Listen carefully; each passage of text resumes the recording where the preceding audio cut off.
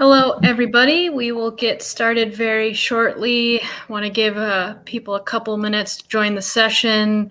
We'll be talking about food waste and environmental initiatives. Should be a great panel, so I hope you stick around.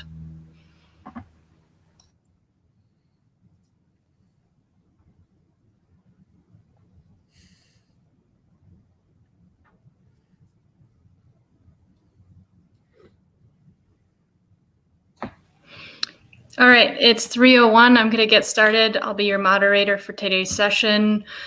I'll give myself a brief background before we get into the session topic, the agenda, and brief bios for our team here.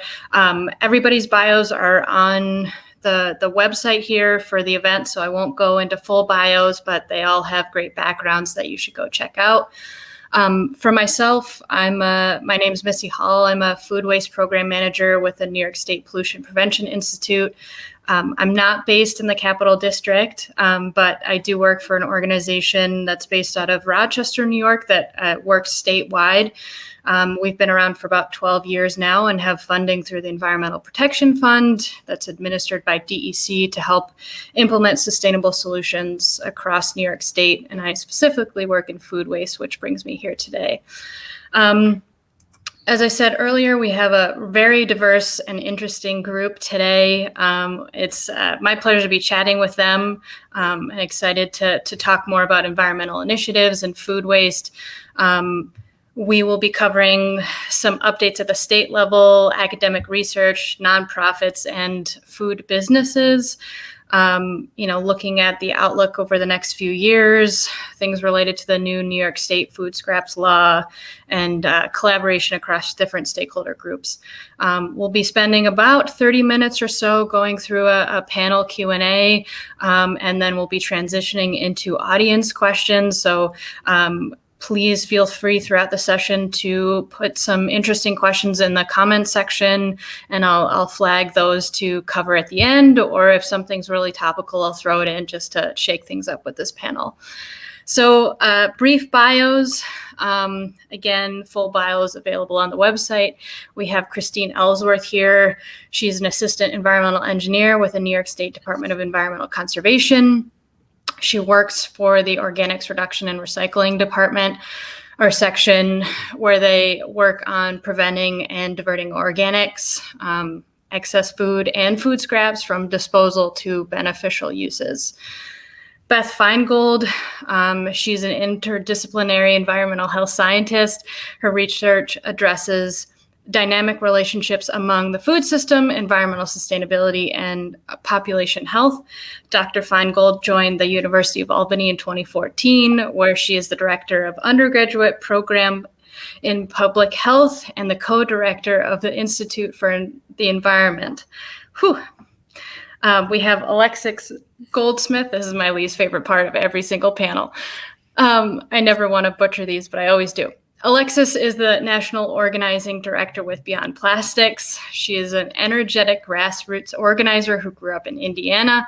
Upon graduating from college, she managed a farm, then served for the food pantries of the Capital District. So I think she gets some extra brownie points for being a former member of the hosts here.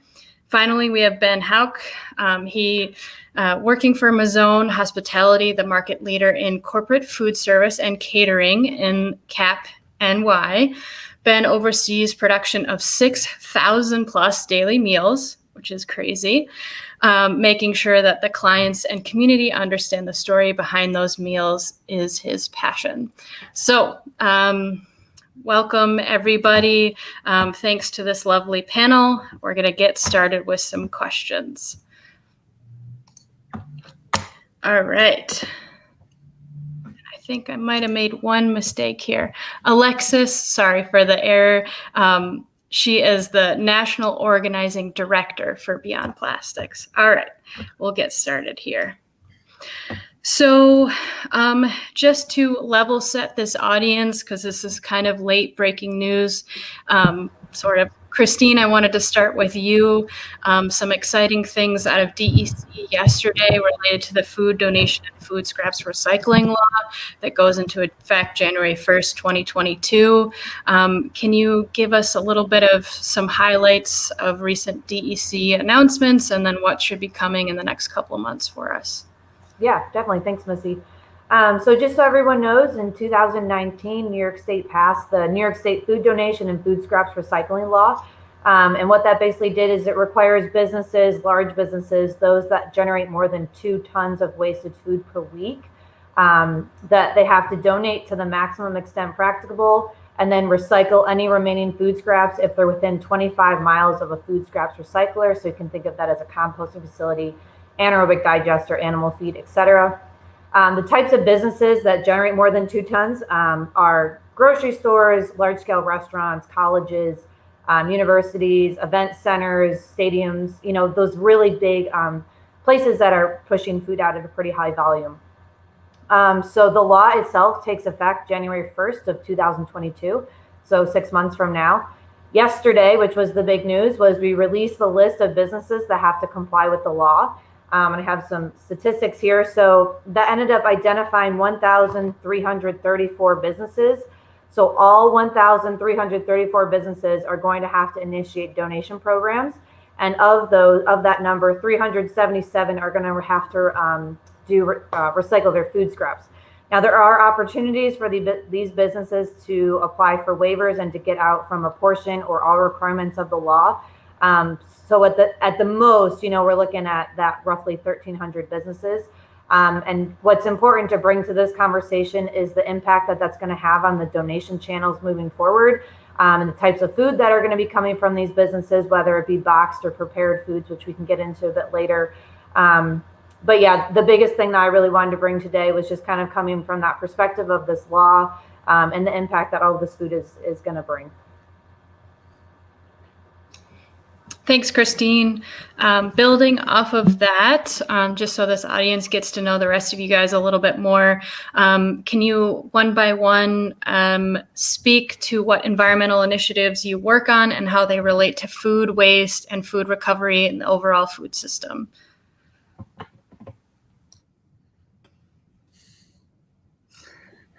I can start. So Beyond Plastics is a national project working to end plastic pollution.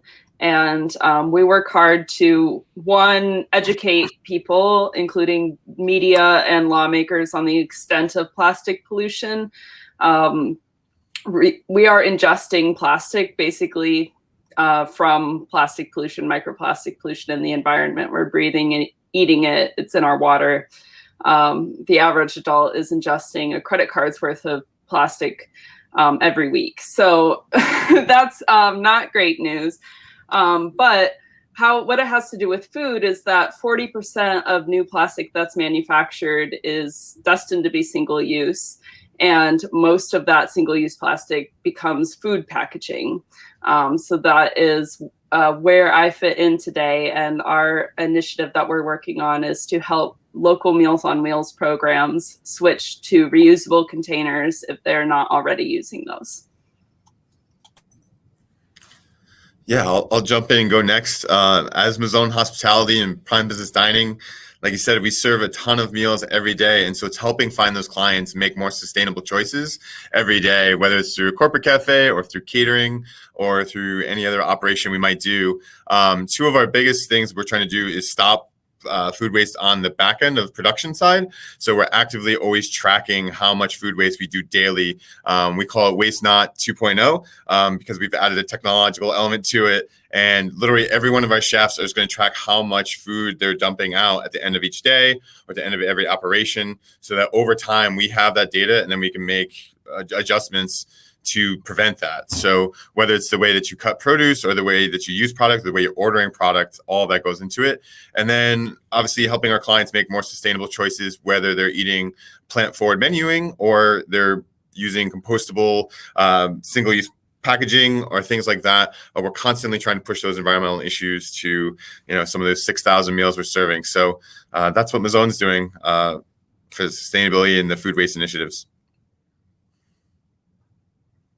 I'll hop in next. Beth Feingold from UAlbany, and I don't work on specific initiatives per se, but I do lead a group of researchers and local partners on research to try and better understand or better quantify the impacts of surplus produce recovery and redistribution in the capital region. So we don't really work with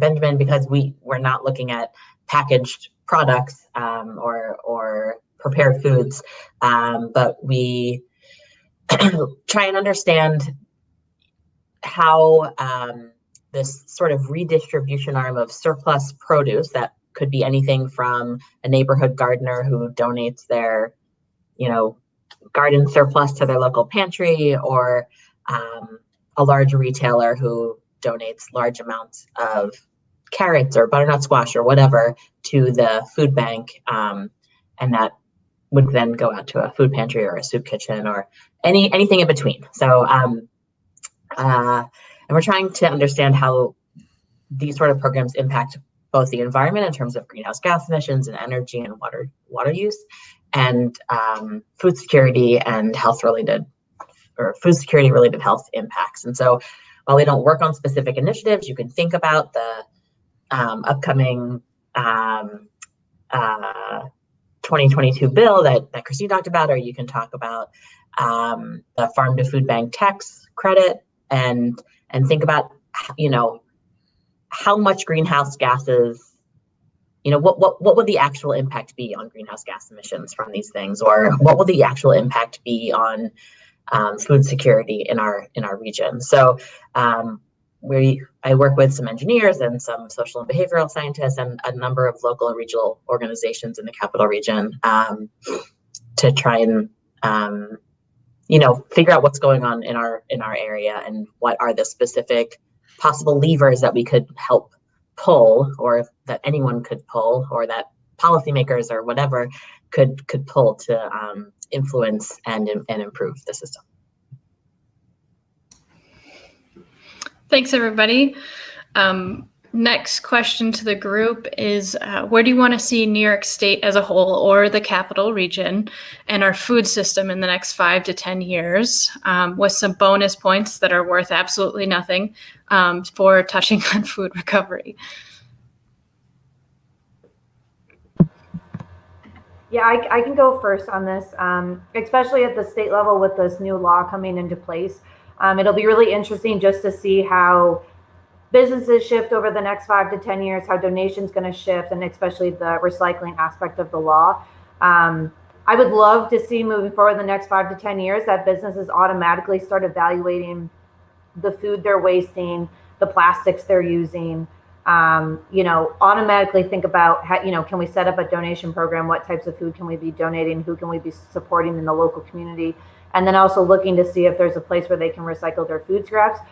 Just more fully thinking about the sustainability of their business, no matter the size. I know the law kind of takes, is requiring the larger businesses to do that, but it would be great to see businesses of all sides do that. And then for that to also kind of move into the community setting, have the community get more involved in the food scraps recycling aspect of things, whether that's food scraps drop-off programs, community composting. Sometimes we see that when people start on actually the end of the cycle, so looking more at the composting side of things, it makes them realize what food they're wasting, so that can go back upstream and make them implement waste reduction practices at home, and then also kind of realize some of the food that can be donated when you're looking at the business world. So I guess in the next 5 to 10 years, I really love to see this law just kind of push the larger New York State and the capital region area into sustainability all around when we're talking about food.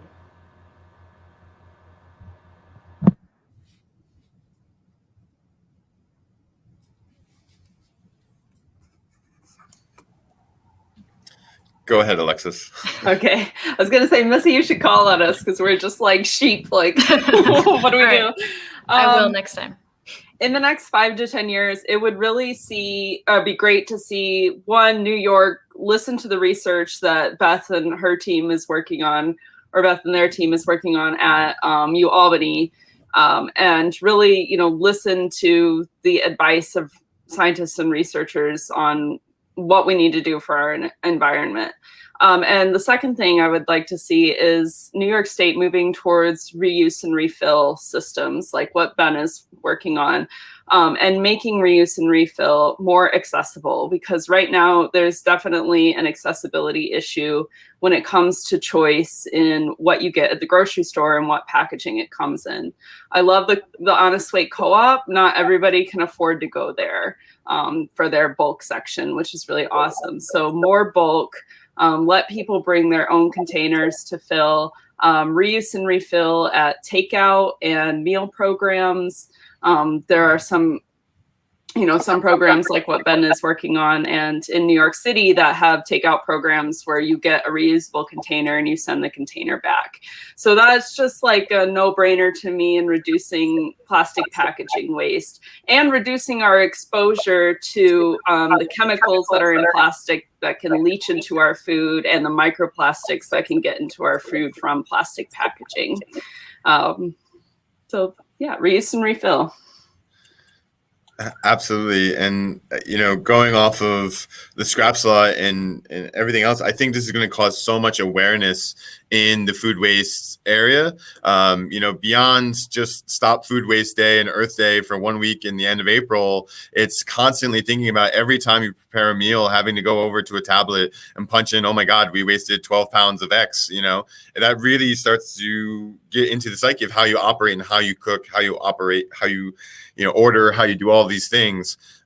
So beyond that, getting New York State in the next 5 to 10 years more aligned with, the United Nations Social Development Goal of 50% food reduction by 2030. I know that's a super bold goal that our parent company Compass Group is latched onto. So, tracking the data and just getting it aware and being aware of it constantly, so that, from 2015 to 2030, we reduce that by 50% and then keep going, So really the awareness and just, getting this some airtime to me is the biggest thing I want to see, as well as just a central hub for food donation.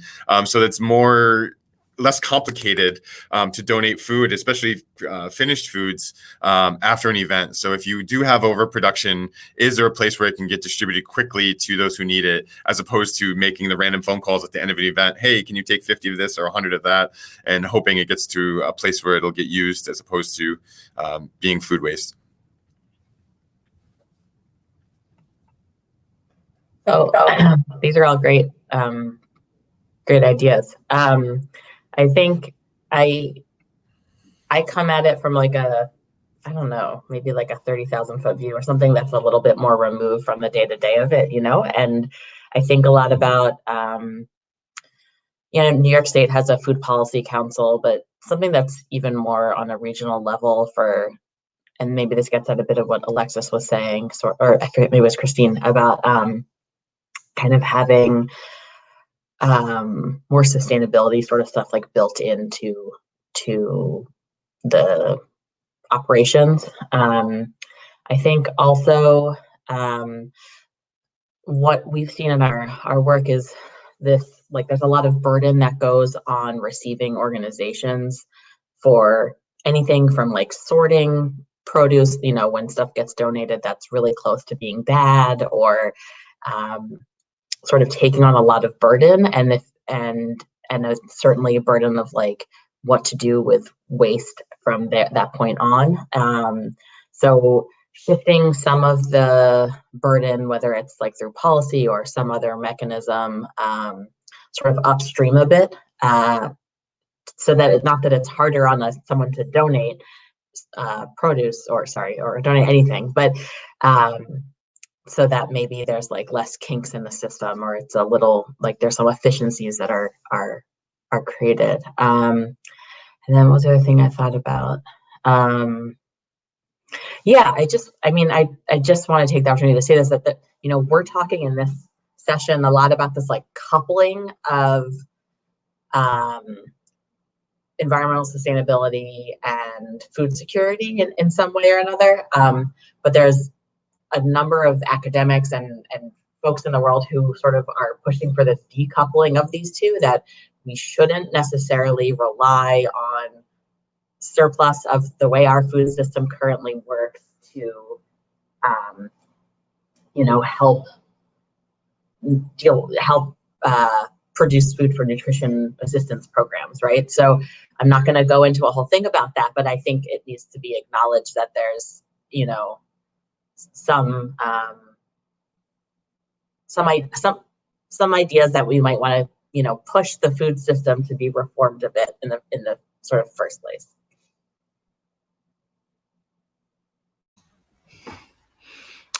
Beth, that was a nice transition to my next question, which is kind of the opposite of decoupling.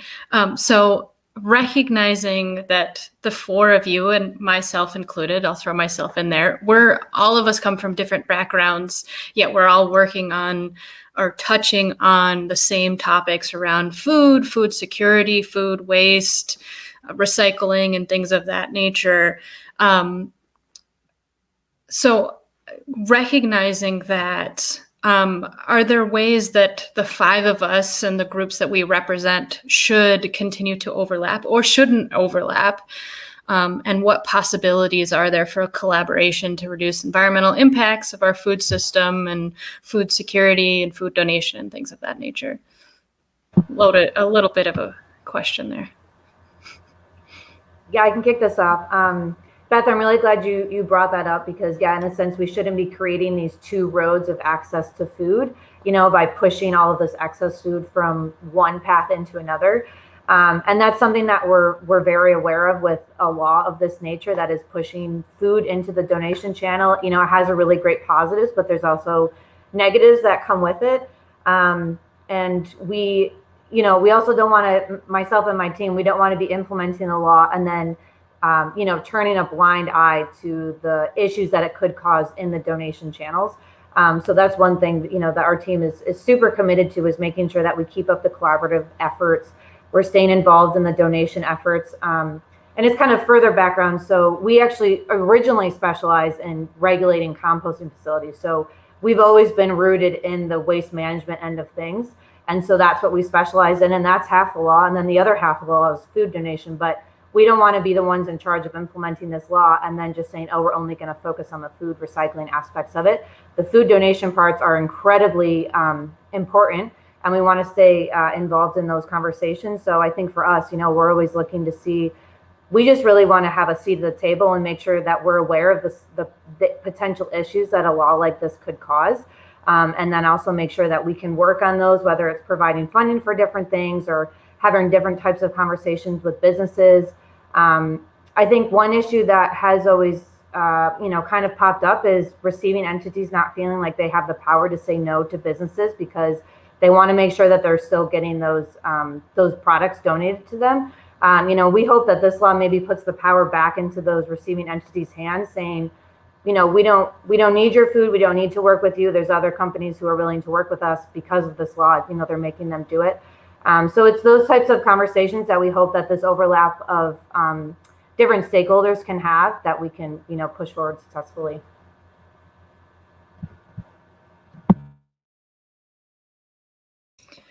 Anybody else want to contribute and answer? Ben? I'll say that, I think, thank you for Kayla, who just put that link in. We can't put links in, I don't think, from our end. So someone had asked for the link to the law. But what was I going to say? I was going to say that,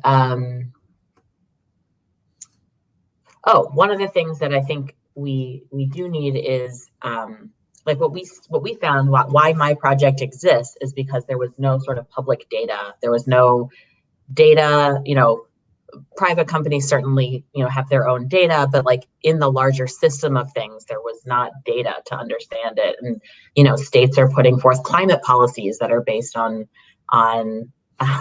food reuse and donation. And there's just not a lot of quantitative information out there. So, something like my project is trying to just get data in a place, right, where it can be used and understood.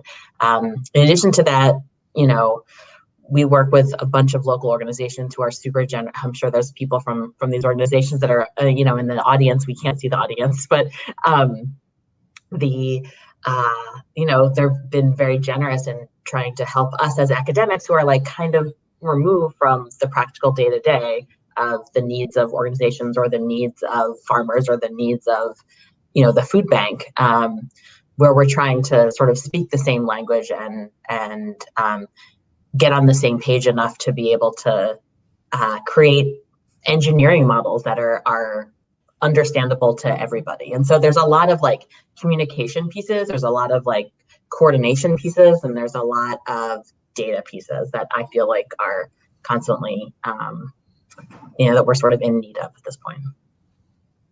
And that would be the biggest thing, I would say, the overlap between all of us, whether it's Beyond Plastics or academia or the New York State Pollution Prevention Institute, is just getting some of that great data into guests' hands so they can make better decisions in clients' hands. A lot of them want to help, and we've done a lot of surveying, and 3 and 4 of our customers expect us to invest in some form of sustainability, and 72% are not sure how they can help us help them. So whether it's the education in cafes or whether it's in catering or somehow bringing these educational elements in here to say, do this, not that, would make a huge difference, because it is guest behavior. Guests are constantly looking for easier choice. Will they take the disposable over the reusable, even if they're dining in a cafe where they could easily use the reusable, or just challenges with the recycling supply chain, and knowing that if I put it in this blue bin, does it actually get recycled? And same thing with composting, right? It's like you can implement all these great collection programs, but not seeing it on the back end with data and knowing it's going somewhere, and having those nice, clean educational data points. That's what will change guest and client behavior and get them to make those more sustainable choices as policy affects them and otherwise. Yeah, I'd add a couple things. Thanks, Ben. Somebody mentioned in the comments that it will take some serious enforcement, and I do agree with that. We've seen that with the New York State plastic bag ban, but it's not just enforcement, it's going to be support, because the programs with the least resources, the businesses with the least resources, are going to have the hardest time making this change, whether they want to or not. And so they need support from the DEC, from wherever they can get it, grants, or it's going to take the whole food system to make this change. And then I would also add that from my perspective, most people don't want to use plastics especially once they learn about the impacts of plastics. So some programs are using compostable plastics, but I think that there's a serious risk of this program having compostable plastics in the compost stream, especially hard plastics, and they don't really break down. So there needs to be some education about what compostable really means, prevention of hard compostable plastics being added to the compost stream, because farmers and gardeners aren't going to want that compost if there's like bits of plastic in it, whether it's compostable plastic or not. So and I think that was all I wanted to say. Oh, and besides, Beth was getting at a systemic change in our food system. We have a surplus of processed food generally, and we really need a surplus of fresh fruits and vegetables, locally sourced foods, the healthy food that people want, and make it accessible. So the composting is a great start, but it's a lot to tackle, definitely. There are a few questions, Alexis, going into more reusable packaging, but I'll give you a break and we'll come back and try to tackle some of those in the next bit. Let's see. I will ask a question for Beth. I hear in my day-to-day a lot more people talking about trade-offs and unintended consequences. Transportation miles, especially, were related to the law as compared to landfilling. When it comes to our food system, can you speak to your research in this area and some things that we aren't really talking about, or some of your findings? Yeah, that's great. Thanks, Missy. So So I sort of lead this project, but I have a co-lead who's an engineer who runs our modeling. And so I don't want to misrepresent what they have found, but we have, we are at the precipice of getting a paper submitted, which is what academics do to like get our data, our stuff out into the world, where we've looked at basically donations coming in and out of the food bank and some different scenarios related to that. And transportation obviously is one piece of this where, you know, the miles it takes to get from donor X to the food bank, and the food bank then to the food pantries of the capital district, food pantries of the capital district out to individual pantries or soup kitchens, or other sort of scenarios like this. And you know, one of the things that, one of the sort of takeaways from, I know, their modeling work is looking at, you know, the quality of donations when they come in. So you have farms who might donate like a whole bunch of extra apples, or you have retailers who might donate stuff after it's been on the shelf or before it's been on the shelf. So there's sort of like 3 or 4 different sort of streams that come into these, into this, we call it the redistribution arm of the food system. I don't know if that's what the term someone else uses or not, but so, you know, the sort of quality of that produce, and again, we just look at produce, there's a lot of other things coming in, dairy and bread and whatnot. But if you know, if there's a huge crate of peaches or it's peaches and bananas, and all the bananas are at the bottom of a crate and are smushed by the time, you know, someone goes to sort this produce, then you've kind of ruined an entire crate, right? So there's some amount of waste that can be avoided by, that's upstream, right? That's on the donor end of it. Like, oh, okay, let's make sure we separate smushable tomatoes and something else, right? Or things that need to go in the refrigerator versus not, things like this. Certainly transportation plays a role, but when you're talking about something that's regional, you might not have the same kind of transportation issues as you do if you're talking about like shipping something from Utah, right? Like the miles difference between Schenectady to Albany and Schenectady to Troy, you know, may be negligible in terms of greenhouse gas emissions, if that's the endpoint you're looking at. So I will just tell folks, you can pop to our website, which is albany.edu/fresh, which is, I can't promise is always updated, and it's not the most beautiful website in the whole world, but it has some stuff on there, and it will, when our publication gets out, certainly we'll get it out to our partners and things like that, but it will also be up there. Great, thanks for that, Beth. Anyone want to comment on Beth's research before I transition us to the next question? Just want to give the chance to add the dialogue. Can't wait to see it. Me too. Alexis, as promised, I'm circling back on some questions that are coming in the comments and related to something that I wanted to ask you anyway. Can you talk more to your work in reusables over single-use disposables for food programs? Maybe some of the challenges you are seeing, or how receptive people have been to trying something like this. Thanks, Missy.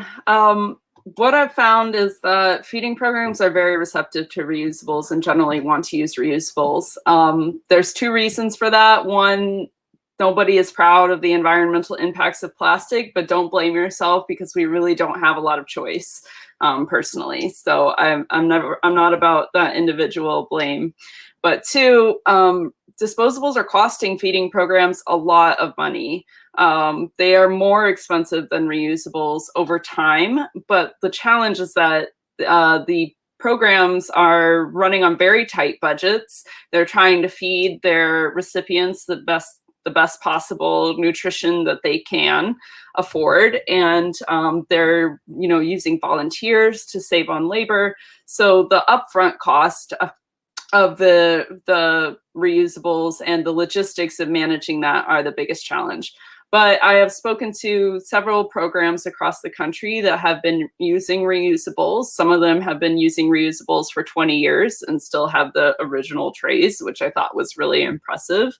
And they said that it saves them it's a lot of money over time, even with the added dishwashing labor. So reusables are out there. There are third-party vendors that provide them, just like there are third-party vendors that provide the disposable trays that programs can use. And you can look them up. Anybody can email me. My email is alexisgoldsmith@bennington.edu. I can send you my list of reusable vendors. Sorry, I just lost my train of thought. Shoot. Oh, I was gonna say, but another challenge is that these feeding programs are very decentralized. Meals on Wheels has no central like bureaucratic head. Every local program is making its own decisions. Same with the member pantries of the food pantries. They're all making their own decisions. They're generally getting funding wherever they can find it, whether it's grants or private donations. So there's really no central funding stream available for these programs to tap to cover that overhead cost of the reusables. So but there's opportunity there to write grants, to ask for private donations for covering the cost of the startup. Awesome. Thanks, Alexis. Ben, I'm circling back to a topic you mentioned earlier and what Mazone is doing with respect to preventing food loss or food waste, and what best practices you can share with the industry of the cool things you guys are doing.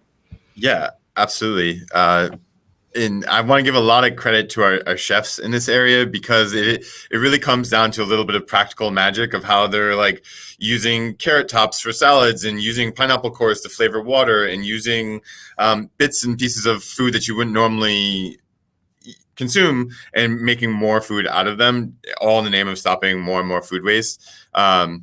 So, that's the upcycling of foods is kind of the best term to think about it. And then just, learning how to, we call it watch your chop, as far as, not putting any more in the trash than you have to, and using those for soup stocks and things like that. And using, again, that term upcycling food, the best thing you can do is really Google it and look up some chefs and how they're doing it practically, as opposed to me trying to give out little details quickly.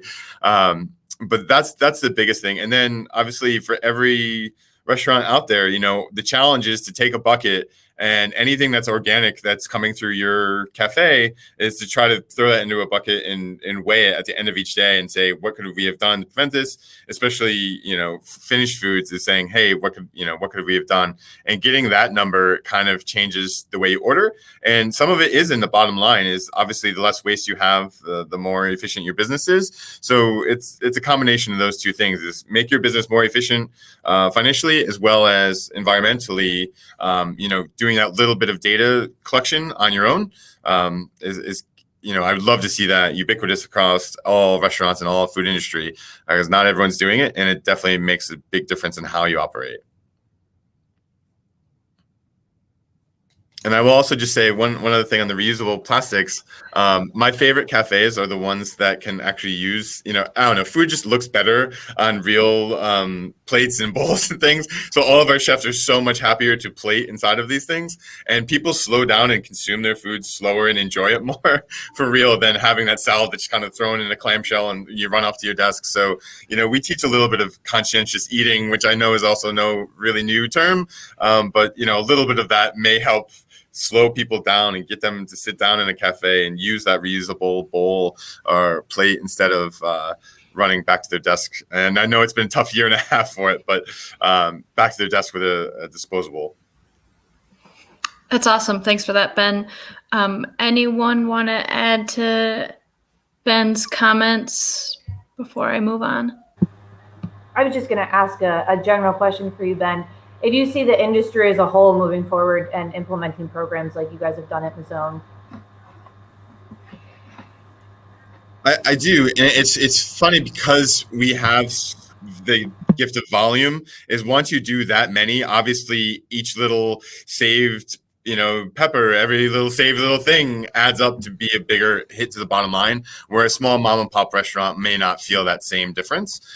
So, but it still matters. And again, you don't blame the individual user, you blame the upstream a little bit, but the process and the habits of doing that is good for any scale or size of business. So whether mom and pop shops will adopt it as quickly as the bigger ones, that'll definitely see marks to efficiency, to be determined, I'd say. But I would love to see it, obviously.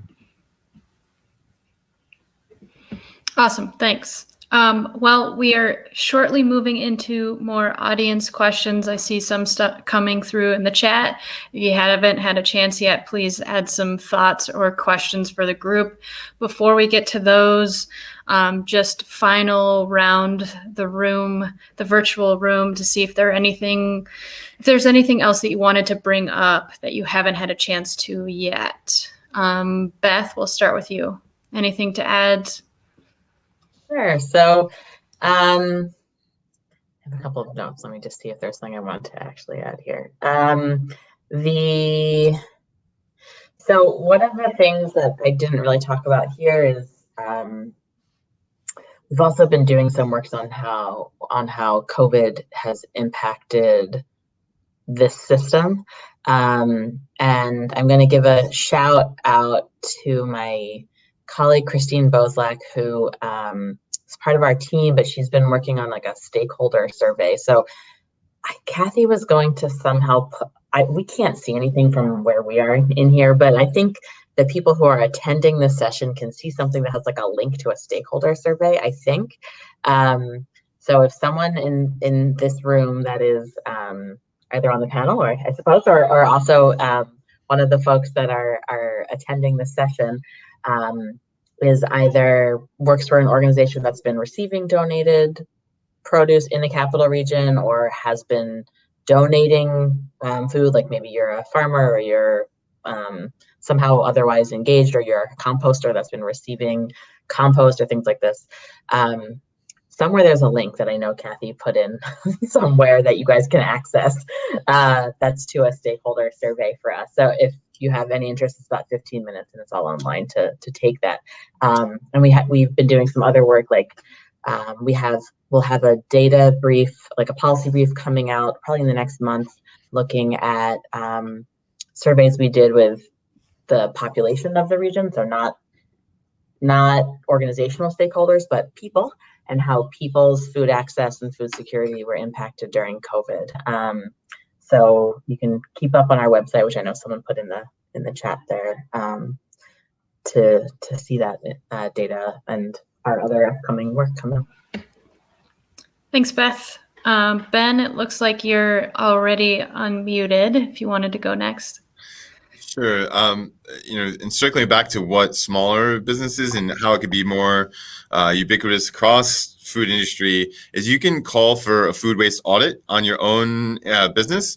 Compass Group partners with Eatable is a big company that does it, and they will come into your operation and say, here are measurable ways that you can impact. So whether you're mom and pop or doing 500 covers a night or whatever, you can have an independent audit come into your operation and tell you, hey, here's measurable ways to improve and prevent food waste. So for those who aren't doing these practices, check out eatablefood.com and go from there.